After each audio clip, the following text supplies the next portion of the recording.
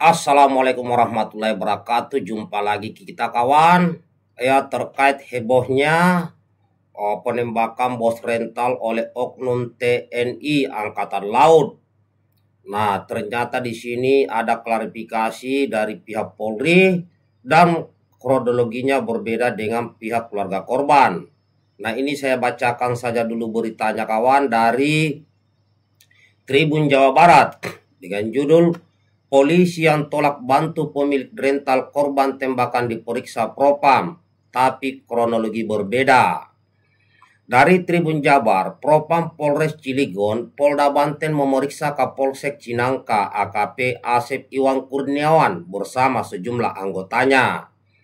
Pemeriksaan itu sebagai tindak lanjut dugaan penolakan pendampingan terhadap korban penembakan yang terjadi di rest area 45 Tol Tangerang Merak, arah Jakarta Kamis 2 Januari 2025. Iya, Kapolsek dan anggota Polsek Cinangka lagi dilakukan klarifikasi dan pemeriksaannya, ungkap Kapolres Cilegon AKBP Kemas Indra Natanegara Jumat 3 Januari 2025. Kapolres mengatakan ada 4 anggota Polsek Cinangka yang juga diperiksa.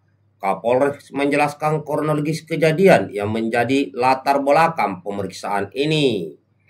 Pada Kamis 2 Januari 2005 sekitar pukul 03.10 waktu Indonesia Barat, sekelompok orang yang diperkirakan berjumlah 7 pria dewasa tiba di Mapolsek Cinangka menggunakan 1 unit mobil minibus jenis Expander berwarna putih. Mereka mengaku berasal dari leasing dan meminta bantuan untuk melakukan penarikan mobil terkait masalah leasing atau rental. Brigadir Dery, anggota piket yang menerima kedatangan mereka, menanyakan legalitas kendaraan yang akan ditarik. Namun mereka tidak dapat menunjukkan bukti yang diperlukan. Brigadir Dery kemudian menghubungi Kapolsek Cinangka, AKP Asep Iwan, melalui telepon untuk meminta petunjuk lebih lanjut. Kapolsek memberikan arahan agar anggotanya memberikan pemahaman kepada kelompok tersebut agar tidak terjadi kesalahpahaman dan agar tidak melanggar hukum dalam proses penarikan kendaraan. Setelah komunikasi dengan Kapolsek, salah satu orang yang datang mengaku sebagai pemilik mobil tersebut atau pemilik rental mobil. Brigadir Dery menyarankan agar mereka membuat laporan resmi sebagai dasar bagi pihak kepolisian, mengingat kedatangan mereka tidak dilengkapi dengan bukti surat apapun. Setelah diberi pemahaman, yang bersangkutan langsung pergi ke arah Cilegon, ujar Kapolres.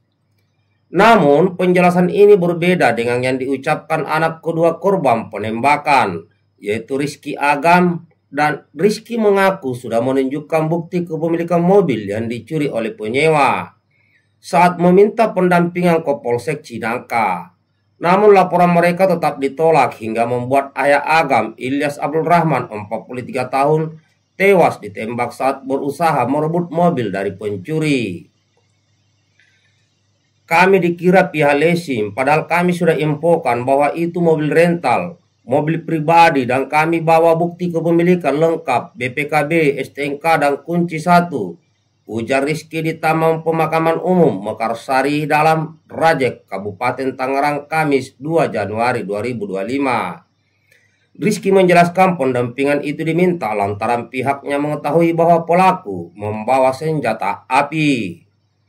Jadi kami itu minta pertolongan ke Kapolsek Cinangka itu untuk mendampingi saya karena mereka bawa senjata api. Padahal mobil tersebut hanya berjarak 200 meter kurang lebih, kata dia. Nah, pelaku penembak bos rental mobil di rest area rental ternyata anggota TNI Angkatan Laut dan sekarang sedang diproses. Nah, ini kejadian-kejadian seperti ini kawan, ya memang serba dilema. Kalau kita mengikuti kronologi daripada yang disampaikan oleh pihak Polri, ya dalam hal ini disampaikan oleh Kapolres, bahwa orang yang datang ini buat laporan, ya buat laporan. Nah, di saat itu kemudian karena tidak ada bukti-bukti kepemilikan atau surat-surat, Tetapi dari pengakuan anaknya korban kita sudah dengar tadi bahwa sudah membawa bukti. Nah, yang mana yang benar ini? Apakah kronologi dari pihak polisi atau kronologi dari pihak keluarga korban? Nah, itu yang pertama, ini harus dicek betul. Siapa yang benar, siapa yang salah. Ya, yang jelas kalau memang dalam kondisi darurat seperti ini, kalau sesuai dengan kronologi dari anaknya yang korban almarhum, ya turut berduka cita, saya turut berduka cita ya. Semoga amal kebaikannya dan diterima dan diampuni segala dosanya. Nah, ini ya harusnya ya kalau memang diberitahu bahwa orang itu bersenjata, itu harus segera ditangani. Tetapi menurut pihak polisi tidak ada kata-kata bahwa orang itu bersenjata. Makanya ini masyarakat jadi bingung. Yang mana yang benar? Apakah kronologi dari pihak Polri atau yang disebut Kapolres tadi, atau dari pihak keluarga korban? Itu yang pertama. Yang kedua, ya menyangkut masalah yang menembak ini anggota TNI. Wah, ini luar biasa kejahatannya ya. Karena senjata itu yang dipegang TNI, ya kalau itu senjata organik, berarti itu kan dari pajak rakyat belinya. Kenapa digunakan untuk membunuh rakyat? Ini harus dipecat dan dihukum berat ini yang begini-begini, oknum-oknum seperti ini. Ya, karena ini tidak pantas kawan. Masa ngambil mobil orang, ya menggunakan lagi senjata, kalau itu senjata dari negara. Berarti uang pajak rakyat yang dibelikan senjata membunuh untuk rakyatnya. Ini luar biasa kejahatan ini. Ya, itu harus dipecat, harus dihukum berat. Ya, kembali lagi masalah laporan kepada Polri. Memang di Polri itu memang kalau kita buat kehilangan ada laporan, itu adalah sesuai prosedur. Ya, kalau tidak sesuai prosedur, kemudian menjalankan tugas, maka aparat Polri pasti disalahkan.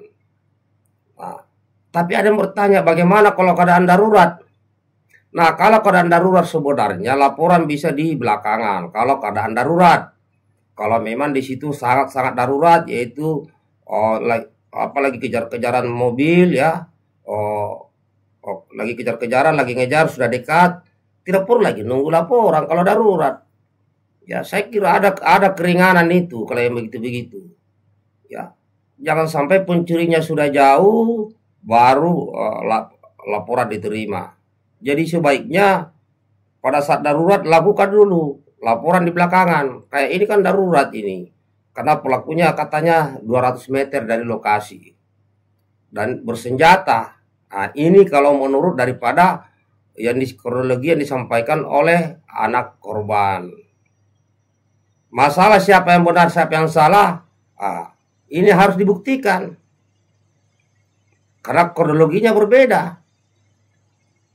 Ya, itu kalau kronologi dari pihak anaknya korban berarti darurat.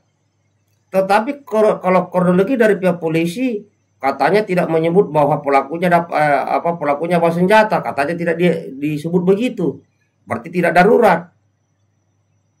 Nah, bagaimana menurut sahabat Kura Indonesia? Berikan komentarnya yang membangun. Baikkan videonya kawan.